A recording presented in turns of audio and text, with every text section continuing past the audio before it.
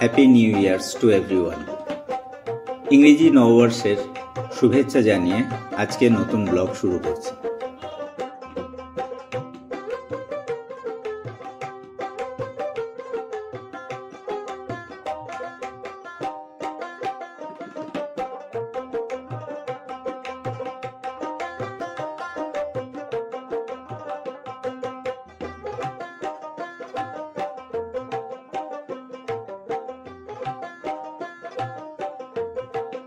Viewers, আজকে আমি চলে এসেছি শ্রী অদ্বৈত পাঠ মন্দিরে।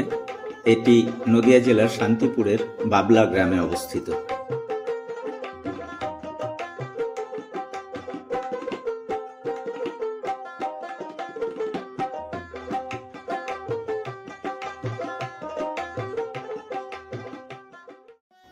ভিউয়ার্স, 1434 খ্রিস্টাব্দে শ্রী অদ্বৈতাচার্য শ্রীহট্টের অন্তর্গত লাউর পরগনার নবগ্রাম নামক পল্লীতে জন্মগ্রহণ করেন। তার পিতার নাম কুবের মিশ্র ও মাতা লাভা দেবী। কুবের আচার্য লাউরের রাজা দিব্যসুন্দরের সভাপণ্ডিত ছিলেন। অদ্বৈতাচার্যের বাল্যকালের নাম কমলাক্ষ। 12 বছর বয়সে তিনি শান্তিপুরে আসেন স্মৃতিশাস্ত্র ও ন্যায়শাস্ত্র পড়ার জন্য। শান্তিপুরের অন্তর্গত পূর্ণবাটি নিবাসী শান্ত বেদান্ত বাগীশ নামক জনৈক অধ্যাপকের কাছে বেদ চতুষ্টয় অধ্যয়ন করে তিনি বেদ পঞ্চানন ও অদ্বৈতাচার্য উপাধি লাভ করেন। বিদ্যাশিক্ষা শেষ করে তিনি স্থায়ীভাবে শান্তিপুরে বসবাস করতে মনস্থ করেন। বৈষ্ণবদের কাছে তিনি মহাবিষ্ণু বা শিবের অবতার রূপে পূজিত হন।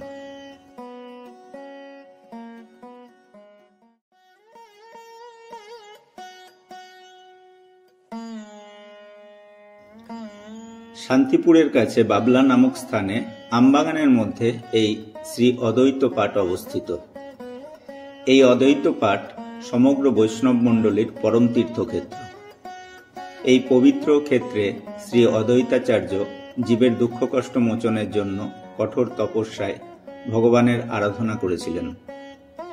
জনশ্রুতি এই যে এই আরাধনার ক্ষেত্রেই শচীমাতা তার পরম পূজ্যপাদ গুরুদেব শ্রী অদ্বৈত প্রভুর আশীর্বাদপুত তুলসী মঞ্জরি সেবনেই শ্রী শ্রী গৌরাঙ্গ সুন্দরকে গর্ভে ধারণ করেছিলেন। শ্রী চৈতন্যদেব যখন জন্মগ্রহণ করেন তখন অদ্বৈতাচার্যের বয়স 52 বছর। তিনি 125 বছর বেঁচে ছিলেন।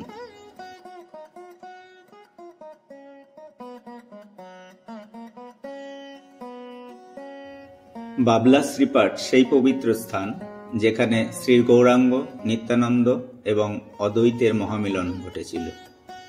সন্ন্যাস গ্রহণের পর এই অদ্বৈত ভবনে মহাপ্রভু 10 দিন অবস্থান করেন। এখানেই শচীমাতা প্রাণের দুলাল সন্ন্যাসী বেশী গৌর সুন্দরকে নিজের হাতে রান্না করে আহার করান। এখানেই গৌরাঙ্গ অদ্বৈতাচার্যের কাছে শ্রীমদ্ ভাগবত ও বেদশাস্ত্র অধ্যয়ন করে বিদ্যাসাগর উপাধি লাভ করেন। এই পবিত্র ক্ষেত্রেই ব্রজকল্পতরু মাধবেন্দ্র পুরী অদ্বৈতাচার্যকে দীক্ষাদান করেন। শ্রী হরিদাসের অদ্বৈত প্রভুর কাছে দীক্ষা লাভ এই আশ্রম ভূমিতেই। এই স্থানেই লাউরের রাজা দিব্যসিংহ শাক্ত ধর্ম ত্যাগ করে অদ্বৈতাচার্যের শিষ্য হন এবং লাউরিয়া কৃষ্ণদাস নামে পরিচিত হন।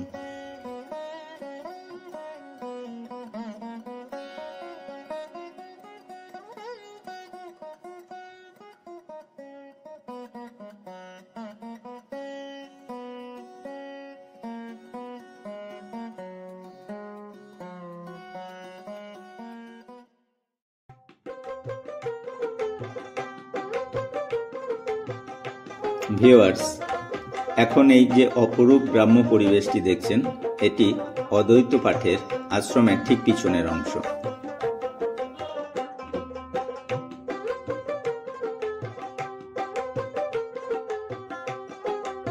ভিউয়ার্স, এই অপরূপ গ্রাম্য পরিবেশ, আমবাগান এবং সেই সঙ্গে সঙ্গে শ্রী চৈতন্যদেবের স্মৃতি বিজড়িত এই অদ্বৈত পাঠে আসতে হলে আপনাকে শিয়ালদা শান্তিপুর শাখার যে কোনো ট্রেনে শান্তিপুর স্টেশনে আসতে হবে।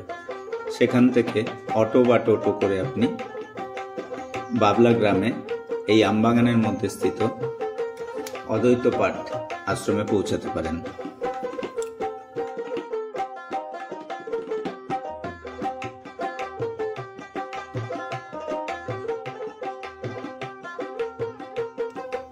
বাসে করে আসলে আপনাদেরকে শান্তিপুরে পৌঁছাতে হবে। এই আশ্রমটি একদম 34 নম্বর জাতীয় সড়কের পাশে, যেটি এখন 12 নম্বর জাতীয় সড়ক নামে পরিচিত।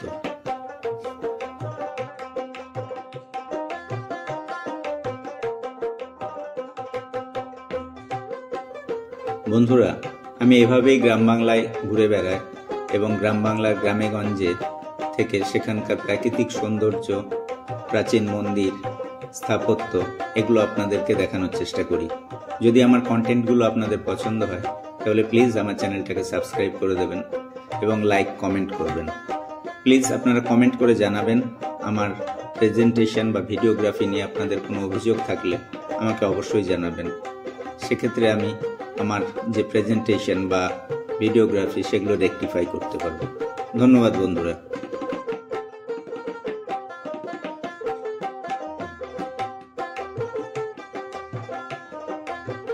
ভিউয়ার্স, আপনারা নিশ্চয়ই জানেন শান্তিপুর আমের জন্য বিখ্যাত। শান্তিপুরে প্রচুর আম বাগান আছে, যদিও অনেক আম বাগান নষ্ট করে ফেলা হয়েছে, তবে এখনো অনেক আম বাগান আছে এবং এই অদ্বৈত পাঠ আশ্রমটিও একটা বিশাল বড় আম বাগানের মাঝখানে অবস্থিত। বন্ধুরা, আমি পশ্চিমবঙ্গের গ্রাম নামে একটি ফেসবুক গ্রুপের সঙ্গে যুক্ত এবং সেই গ্রুপে পশ্চিমবঙ্গের বিভিন্ন অঞ্চল থেকে মানুষ, বিশেষ করে প্রকৃতিপ্রেমী মানুষরা বিভিন্ন ছবি এবং ভিডিও আপলোড করেন। তো আমার সেই গ্রুপের বেশ কিছু বন্ধু আজকে এখানে উপস্থিত হয়েছেন। আপনারা সামনে দেখতে পাচ্ছেন আমাদের গ্রুপের অ্যাডমিন সঞ্জয় রাহা মহাশয়কে। উনি একজন বয়স্ক ব্যক্তি, কিন্তু প্রতিদিন উনি 30 থেকে 40 কিলোমিটার সাইকেল চালান এবং উনি আমাদের জন্য অনুপ্রেরণা। আলাদা করে বলার কোনো দরকার লাগে না। এই যে আমার আরেক বন্ধু এসেছে শিবু দাস, ও এসছে চাকদা থেকে। চাকদা? হ্যাঁ, ও এসছে চাকদা থেকে। আমরা আপাতত এই পর্যন্ত জড়ো হয়েছি, আরও আসবো।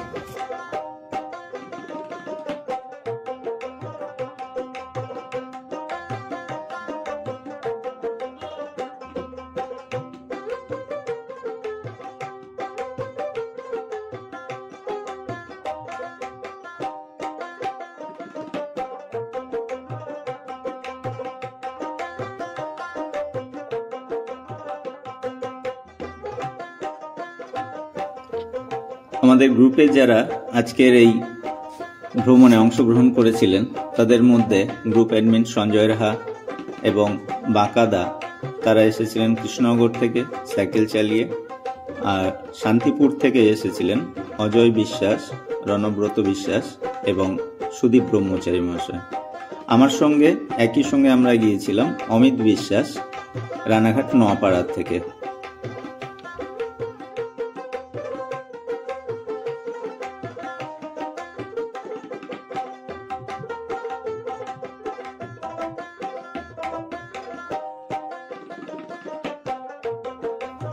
ভিউয়ার্স, এই শতাব্দী প্রাচীন আমবাগানের মধ্যে দিয়ে হাঁটার একটা আলাদাই অনুভূতি, অসাধারণ একটা অনুভূতি যখন আমি এর মধ্যে দিয়ে যাচ্ছিলাম।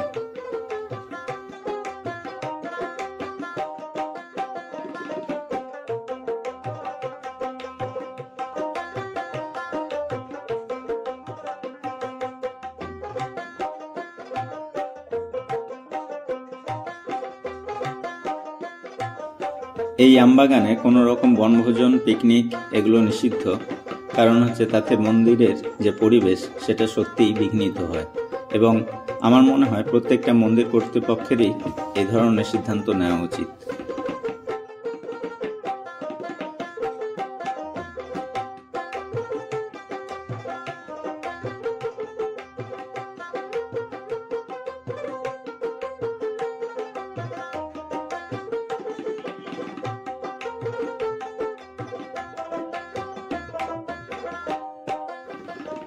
শীতের এই মরশুমে আপনারা গ্রামে আসলেই দেখতে পাবেন এই সর্ষে ক্ষেত আর মাঠের পর মাঠ এরকম হলুদ হয়ে রয়েছে, সে এক অপরূপ দৃশ্য। এর মধ্যে দিয়ে হাঁটার যে কি অনুভূতি তা আপনাদের বলে বোঝাতে পারবো না।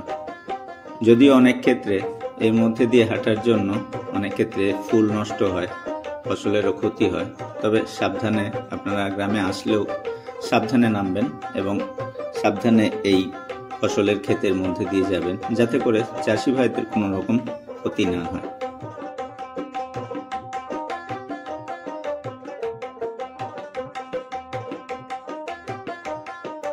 ভিউয়ার্স, আমি আপনাদেরকে অনুরোধ করব, প্লিজ আপনারা বেরিয়ে আসুন, এই গ্রামগঞ্জে একটু ঘুরে দেখুন কত সুন্দর আমাদের এই প্রকৃতি, কত সুন্দর আমাদের এই গ্রাম বাংলা।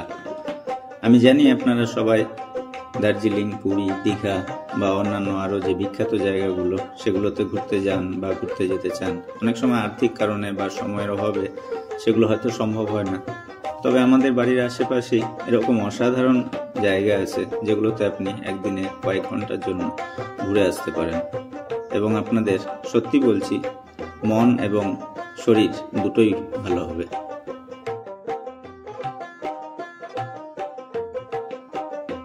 এই শহর থেকে আরো অনেক দূরে চলো কোথাও চলে যায়, ওই আকাশটাকে শুধু চোখে রেখে মনটাকে কোথাও হারায়।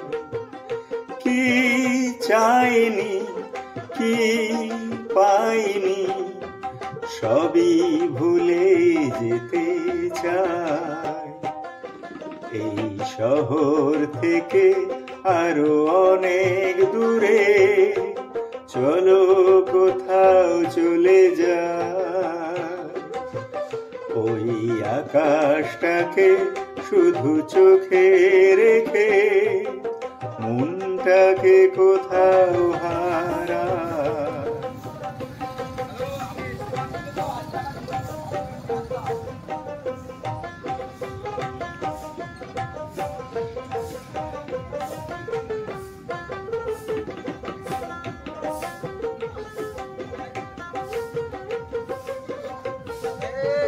রাধে রাধে।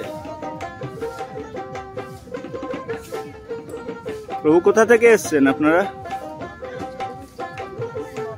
নপাড়া। আচ্ছা আচ্ছা, মানে সাহেবডাঙ্গা। আচ্ছা, গোসাইচর।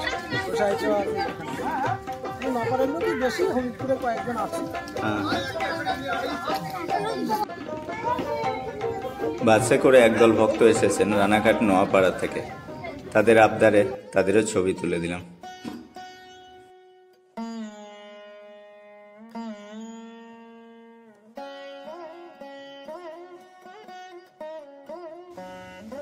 এই মন্দির চত্বরে শ্রী বিজয় কৃষ্ণ গোস্বামী এবং হরিদাস ঠাকুরের মন্দিরও রয়েছে।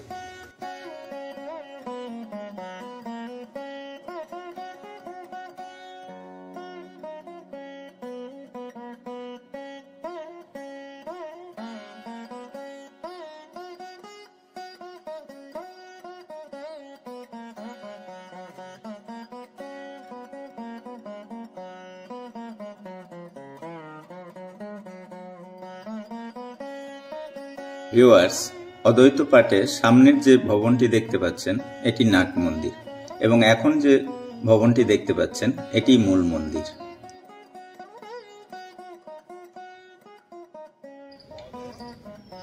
ভিউয়ার্স, এখন যে মন্দিরটি দেখছেন এটি শ্রীপাদ মাধবেন্দ্র পুরীর মন্দির এবং তিন প্রভু নিতাই, গৌর এবং সীতানাথের বিশ্রামস্থল।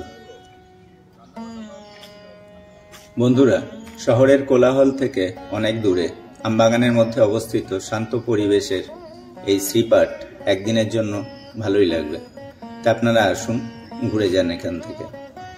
ভিউয়ার্স, আজকের মতন আমার ব্লগটা এখানেই শেষ করছি। আবার আপনাদের সঙ্গে দেখা হবে অন্যদিন অন্য কোথাও। এতক্ষণ আমার সঙ্গে থাকার জন্য আপনাদের সবাইকে ধন্যবাদ। নমস্কার।